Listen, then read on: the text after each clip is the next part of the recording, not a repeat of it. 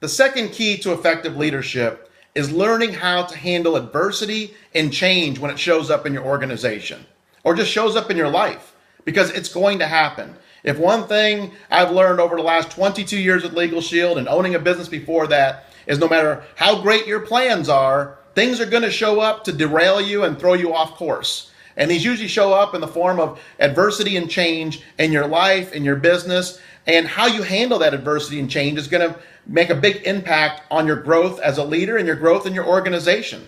So how do you handle adversity? Well, adversity comes in many different ways. It could be a health crisis. It could be a family crisis. It could be someone quitting your business. There's a lot of different things that can happen that bring adversity.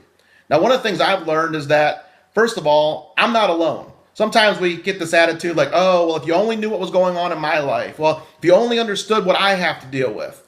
I learned a long time ago in this book right here called The Profiles of Success, there are hundreds and hundreds and hundreds of stories of associates that have had success in LegalShield that all had the same adversity that you may be going through.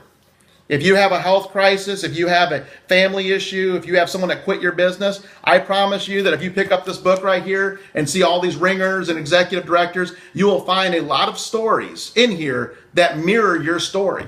The only difference is that these leaders learned how to handle that adversity. And the one thing they probably learned is they learned right away what they could control and what they couldn't control. And they learned not to focus on the things that they couldn't control, but to focus their energy on what they could control that would better their situation. Dave Savola, number one money earner in LegalShield for so many years, would always say that if God had intended you to go backwards, he would have turned your feet around. And that was always a funny thing that he would say, but at the same time, it's true. What leaders have learned is that when adversity hits, you have to look forward.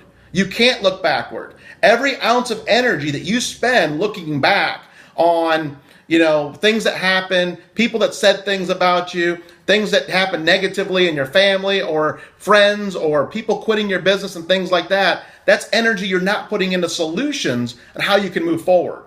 Now, that doesn't mean that we don't learn from our mistakes, because it's also foolish to, have adversity happen and not contemplate for a few minutes, is there something I did that caused this? Is there something that I can change to make sure that this doesn't happen in the future and make those corrections moving forward? But certainly just sitting around thinking about everything that happened and just letting it stew in your head and just take on a life of its own is not healthy for you or anyone. And especially not healthy for you as a leader to lead your organization.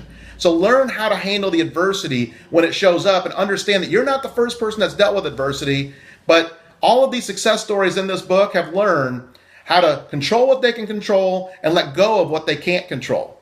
The second thing that's going to show up in your business and your life is called change. Now, change sets in a lot of people into panic mode. They go, people are so used to just doing the same thing over and over and over.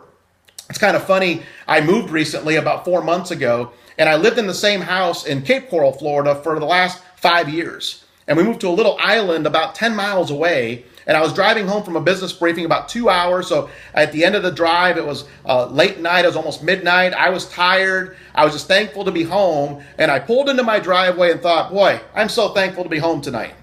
Then I realized I'm sitting in the driveway of my old house. I actually passed my old house on the way, turned right down the street, turned right into the driveway, and was going into the wrong house. But that's normal. People are conditioned to do the same thing over and over and over again. And then when there's a disruption in that, it makes us uncomfortable. We have to change our routine. We have to change what we're used to. But the thing that I've learned is that there is no growth in staying the same. If you keep doing the same thing over and over and over, you keep getting the same results.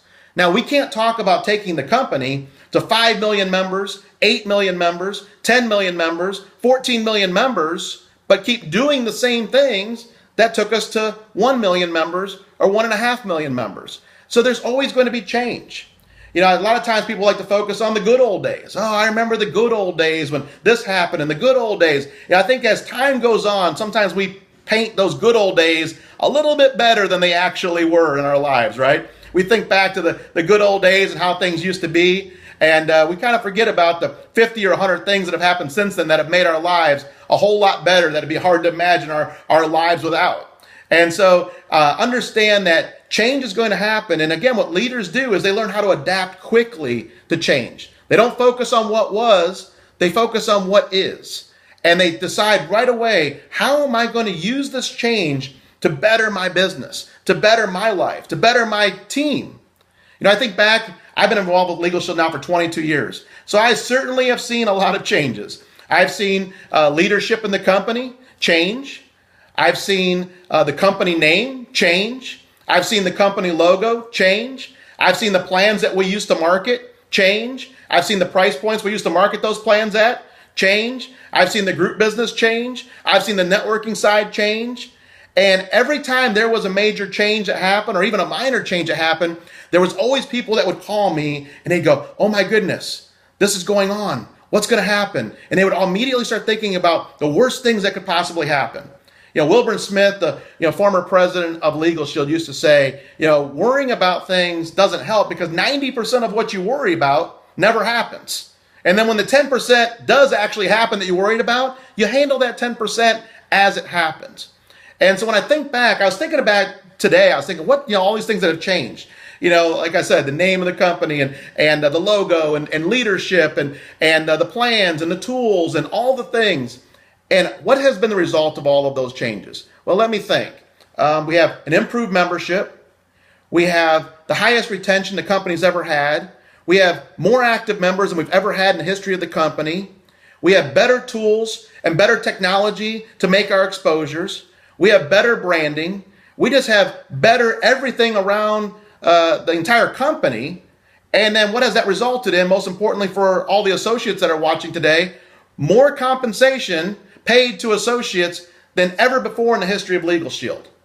So the associates that learned how to embrace change in their business have also embraced the good parts of all of that change to better their business, to better their situation.